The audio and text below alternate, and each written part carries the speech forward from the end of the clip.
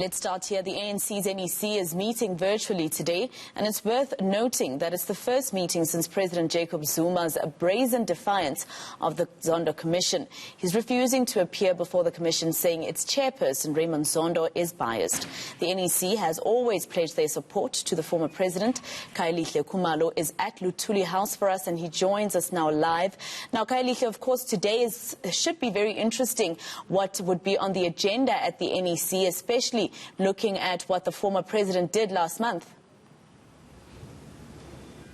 Well, precisely, Masejo. So it's quite a number of issues that the highest decision-making body of the governing party will look into, especially because apart from just former President Jacob Zuma's issue, but, you know, the country is seized with a key issue, the whole issue regarding the vaccination rollout. So that's another very important issue. But of course, economic recovery, you know, it's an issue that has been at the center, you know, with the past State of the Nation address. But joining us now is the ANC's national spokesperson, Mr. Mabe. So once again, thank you so much indeed for your time. So quite a lot of issues for the ANC NEC. Perhaps if you can just give us, you know, just a snapshot of key issues. Well, morning, Kaya. Actually, the NEC is starting now at 10 o'clock this morning. We had our National Working Committee of the African National Congress yesterday. This is the first regular NEC of the year. You would recall that the NEC we had at the beginning of the year was more of a special NEC that had to deal with the January 8 statement and agreeing on the focus of the year, where the ANC outlined its own key priorities through the statement that was read out by the president. This has become tradition for the African National Congress, and we said that this year we'll focus on fighting the COVID-19 pandemic, economic recovery, unity and renewal, as well as strengthening local government. And lastly, we said that we're going to focus our energies on building a better Africa and a better world. So it meant that the work that we will then do in subsequent weeks would then be tailored around developing a program on those focus areas. The first call of duty that we would have conducted was the ANC NEC Lekgotla, which would have brought in all of our provinces and those of our deployees that are in government and all other settings that are expected to drive development in society or any other critical facet of the life of the South African people. So I want to go to the issues that you just asked. So after that Lekgotla, we moved now into the National Executive Committee. That would then have outlined the things, some of the things that would have needed to give as a pack to our own deployees, even in government. And we are happy that some of those issues would have been reflected even in the State of the Nation's address. Now, in this NEC, we ought to now be looking on our own organizational issues, having had all these different sessions and engagements that I had spoken to, and then begin to say, how is the organization going to function under this new normal? With the conferences that we are expected to have later in the year, things like organizational platforms like the National General Council, are we going to be having those? If we do, what kind of format are they going to be taking? Electoral reforms, what is the take of the ANC on all of those? Critical, Kaya, is also the issue that is already out there in the public domain. We spoke about this last year on the issues of the step-aside guidelines, where the officials are expected to report to the National Executive Committee this morning on that work, so that there is an agreed-upon framework on how the whole notion of step-aside has to be executed by the structure. Another issue of public interest is the issue of the intention expressed by former President Jacob Zuma around issues of the Zondo Commission. Of course, there would be reflection on those, because the ANC NEC does tend to also look into issues that are out there in the public. And because, I mean, we are a leader of society, we've got to reflect on those and then be able to say what kind of direction do we believe or think should be taken. Especially, Pule, because for some time, the ANC NEC has always been clear about the issue of fighting corruption, and the apex court in the country has made the ruling, the order that the former president must go to that particular structure that he established himself. So will the NEC perhaps try to convince him to try and understand the gravity of the situation? Well, Kaya, I don't think that the NEC would even want to enter the space from that angle. Our national officials have got a long-standing engagement that is supposed to happen between themselves and former President Jacob Zuma. I mean, if there is a need to deal with those issues, we'll leave the national officials to address them.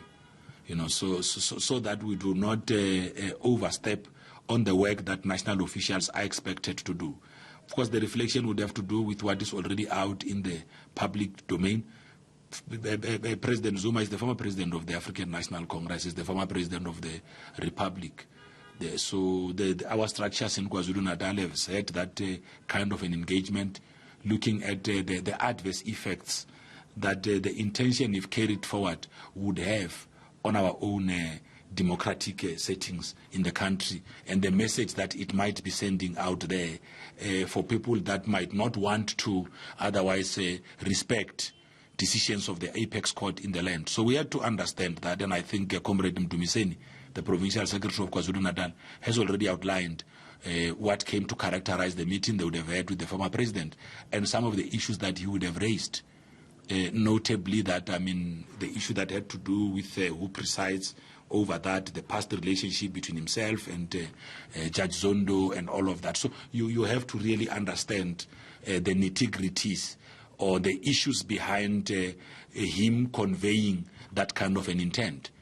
And what do you make of the statement that came out from one of your biggest regions, eThekwini, where there is unwavering support for former President Zuma and the current Secretary General Magashule? So they say some of these cases really, it's part of the plot, So really, so how do you try to deal with those issues where from time to time, some of your members, whenever there are cases, there are always conspiracy theorists flying around?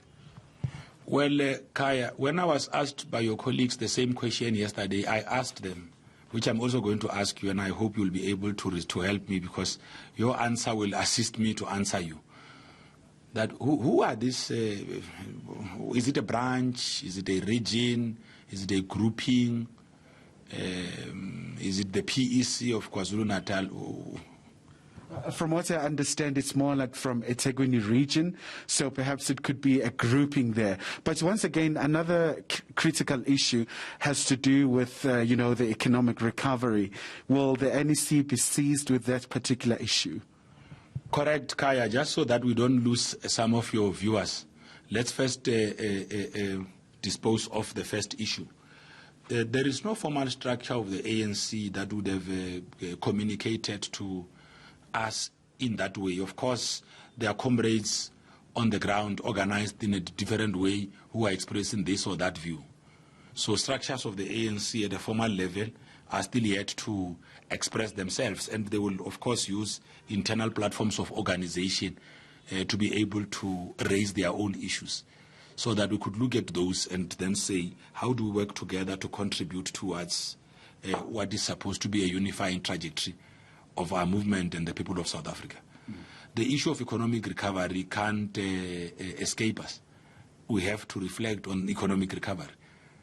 The president himself, in his capacity as the state president of the Republic, spoke about economic recovery. When I outlined the 4 key priorities that we spoke to in our January 8 statement, the second priority was economic recovery. In fact, if you look at our own theme for the year, it's unity, renewal, and reconstruction in the year of Charlotte Maxeke. So we are clear. I mean, we've got to deal with economic, and we have already outlined the areas that we believe would be able to contribute to such recovery. The new industries, especially network industries, making sure that there's finality on the issue of auctioning spectrum, the rollout of DTT, digital terrestrial television, because, I mean, you guys are already in the pay TV space, and you have seen how your VOD and your OTTs are growing. They could also become a critical player in the new economy, the digital economy that we are trying to create, making sure that there is energy security, but also getting SMMEs in the center of that kind of a recovery process. The president has already gone to town to outline what has been done to support SMMEs. There's been a number of social relief programs that we've also been driving, the temporary employment relief scheme, the 350s, using your instruments like UIF, SASA, to be able to make sure that even under constraint, you could still be able to give our people relief. So there's a package of measures that are being undertaken. But again, as part of that recovery process, you have got to then strengthen the area of local government. Not just from a point of view of localization where you build local industries there, but also from a point of view of making sure that you build an ethical, capable developmental state at that level. Councillors and mayors, public representatives who could be trusted by the people, where people know that these councillors, when put in charge of public resources, their hands are not going to be found in the till. That is what we are really canvassing and making sure that we are driving forward. But this is being done within the realm of something we call the District Development Delivery Model, the DDM. So you are now expecting that going forward, our people are no longer going to be operating in silos. You want them to act and work together as one. In that way, we will be able to resolve some of the challenges on the ground. So we're quite focused. But lastly, Kaya, I know that you seem pressed for time, or is it me? You know, yeah, I'm afraid we have to wrap. Yes, so as we are wrapping up, you see, we have agreed to meet with you. We have agreed to walk out of the start of the meeting because we respect the good work that you guys are doing. So the last point really is building a better Africa and a better world. You have seen that there's a new chair of the AU, Tsikedi from there's a DRC. You will even have got one of the South African renowned judges who's going to be heading the court, the African Court on Human Rights, you know, is Advocate Ntsebeza. So we do welcome this kind of developments because we believe that even on how we roll out the vaccine, if we work together in the continent and all over the globe, we'll be able to find solutions to even the issue that we're all worried about of vaccination and making sure that the world ultimately achieves herd immunity. All right, so thank you so much indeed. So, of course, that was the ANC national spokesperson, Pule Mabe, really just giving us a sense of what is likely to transpire ahead of the ANC NEC meeting.